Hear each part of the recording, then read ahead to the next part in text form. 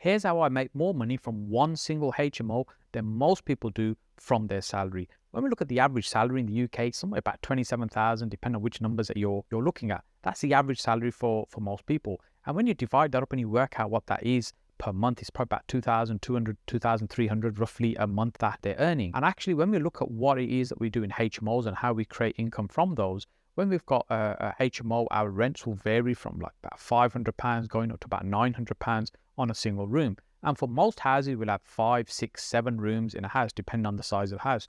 So on a 7-bedroom house, I could be making, for example, £350 profit from one single room. And that £350 profit, when I multiply that by the 7, that's more income from one property than most people will make from their typical salary in a month. And that's work that I'm putting in once, i.e. I'm putting the effort in, months of effort, by creating it, building it, getting it set up and getting it operational.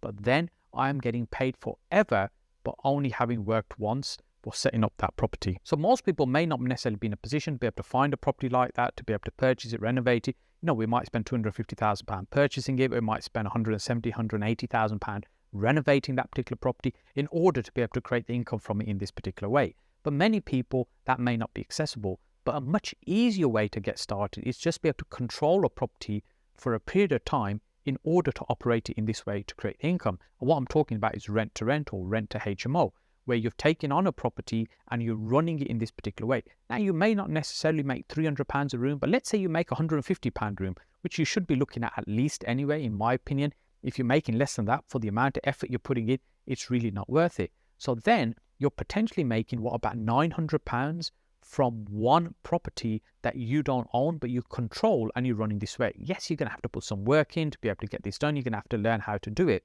But one property is giving you £900. But let's say you manage to get 3 properties you secured in this way over a few months. Now, that £900 is now £2,700. That's way more than the average salary. And you haven't put in hundreds of thousands of pounds to acquire the property. You've understood how to do it. You found the property, you put small amounts of money in to get them operational, get up and running, and now you'll be getting paid for several years and only having done the work once.